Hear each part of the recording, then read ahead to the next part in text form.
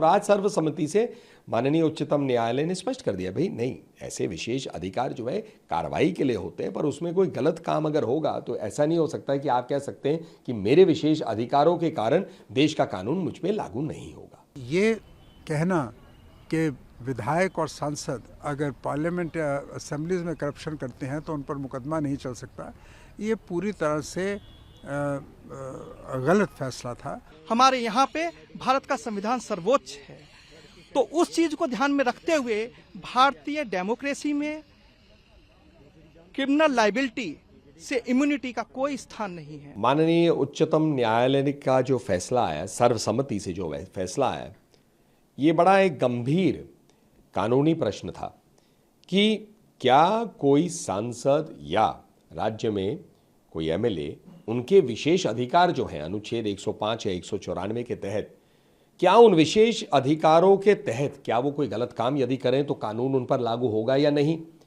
अब कांग्रेस की सरकारें थी, उन पर गंभीर आरोप लगे थे, नोट फॉर वोट के आरोप लगे थे। नरसिम्हा राव जी की सरकार थी, जेएमएम को लेके आरोप आए थे, बाद में मनमोहन जी की सरकार पे भी ऐसे आरोप आए थे।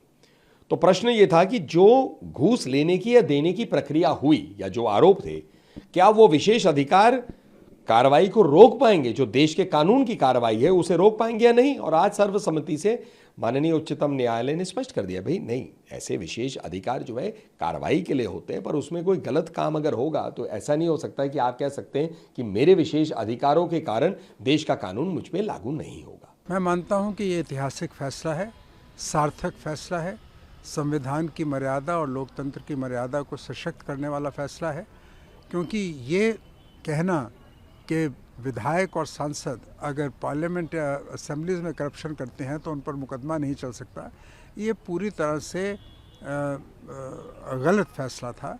इस फैसले को आज दुरुस्त किया गया है। मैं समझता हूँ सुप्रीम कोर्ट बधाई का पात्र है और जो लोकतंत्र की मर्यादा है और संविधान की जो रूह है उसको सशक्त किया है इस फैसले ने, ऐसा मेरा मानना है। ये एक ऑनेस्ट डेमोक्रेसी की दिशा में मील का पत्थर है। अब हमारे जो पार्लियामेंटेरियन हैं और स्टेट लेजिस्लेटिव असेंबली के जो मेंबर्स हैं, एमपी एमएलएज हैं, उनको क्रिमिनल लायबिलिटी से एग्जम्पशन नहीं होगा। अगर वो रिश्वत लेते हैं और उसके बदले में वोट करते हैं तो एक ऑफेंस माना जाएगा, एक अपराध माना जाएगा।